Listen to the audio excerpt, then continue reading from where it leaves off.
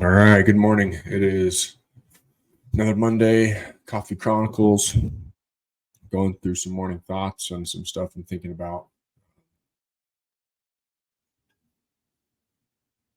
But yeah, anyway, today I was kind of thinking about, we've been working on talking about programming and all this stuff a lot lately, with my coaches and Kyler and all this stuff. And anyway, something that comes up often is my I'm such a big proponent of doing workouts that, yeah, they make you feel good, but also they're legitimately going to start to help you transform and look good and look like you train hard and look like you work out and look like you're fit. Um, and one of the biggest things I've probably seen in people over the years of training them for, like, the last 10 years I've been doing this is, yes, people get fit and they get stronger, but one of the things that doesn't get accounted for is people's ability to gain confidence. It's shocking, actually, how much people's confidence change from as they continue to look more fit, as they continue to get more fit, as they continue to gain strength, um, how they walk in the room, to how they carry themselves in their everyday life. It's truly remarkable the amount of confidence someone can gain from it.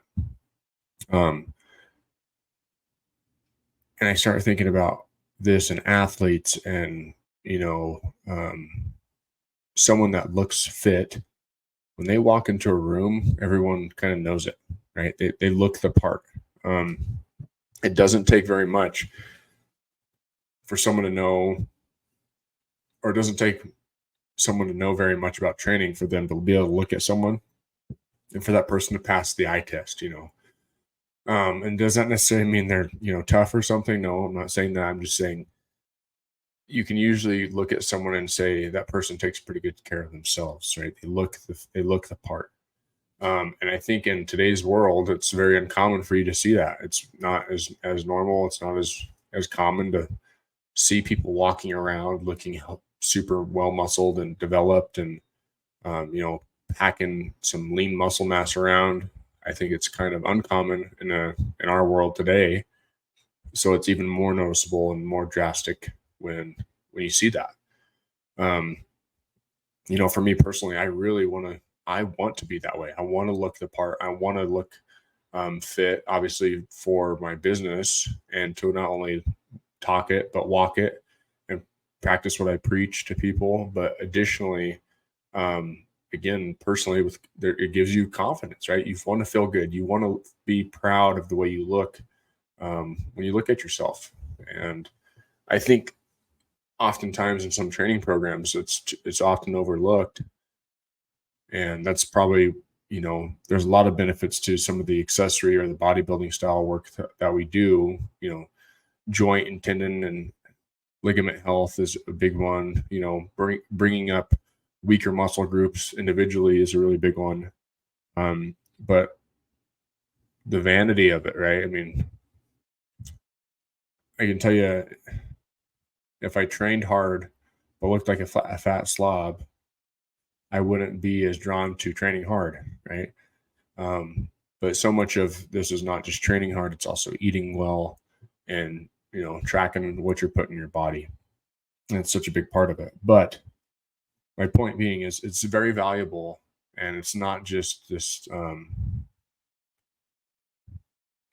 It's not this. It's not wrong to want to look good. And I think sometimes people fall into that category of, like, not being able to admit or something and say that, I don't know, I want to have a six pack, or yeah, I want to have big arms, or whatever the reason is, right? That motivates you to train. Let it motivate you. Not a big deal. So confidence is gained, right? And then, the other thing is, I would just say, a couple weeks back, I talked about your presence, or, like, not your presence. That's right. That's where I'm going. I talked about, being vulnerable and not being prepared. And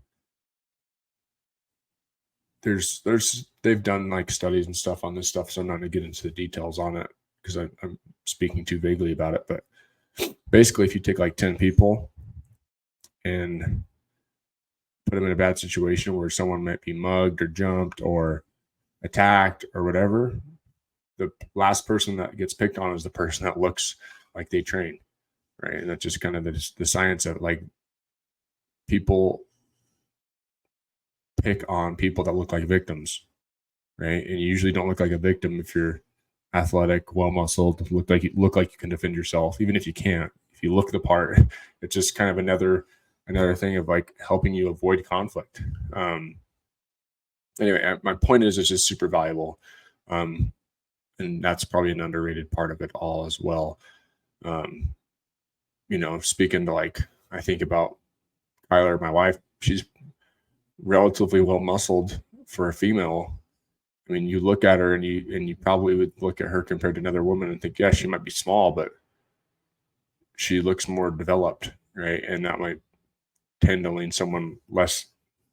make them less likely to, attack her or something like that. But so anyway, that's kind of part one of my thoughts. Part two would be, talking about this and talking about changing goals, and the new year's coming up, and this is when people get really motivated to do stuff and train hard, and that's really, really good.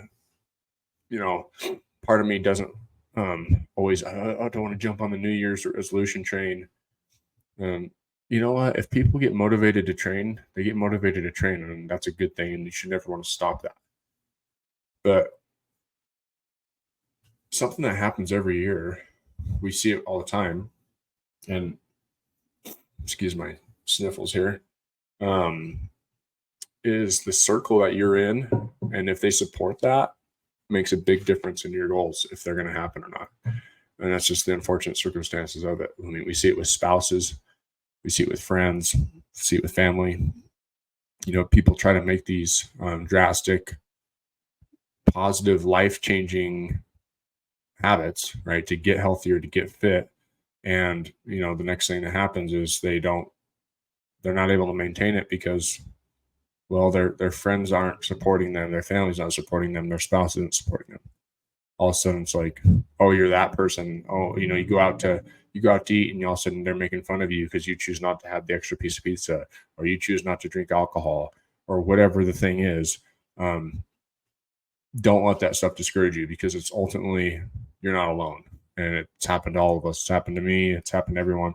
Eventually, what's going to happen to you is you're going to stick with it long enough.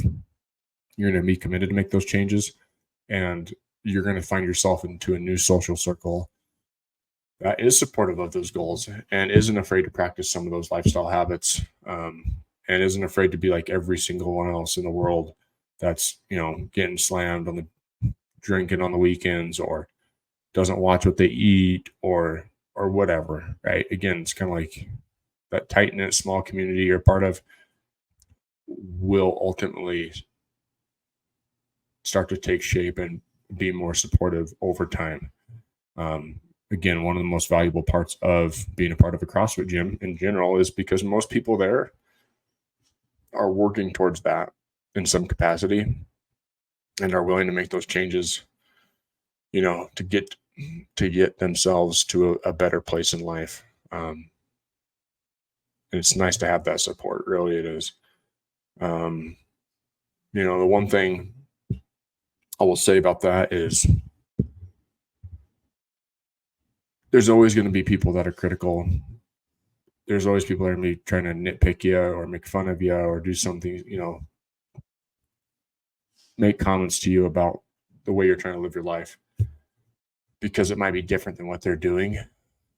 But rarely are people critical of you or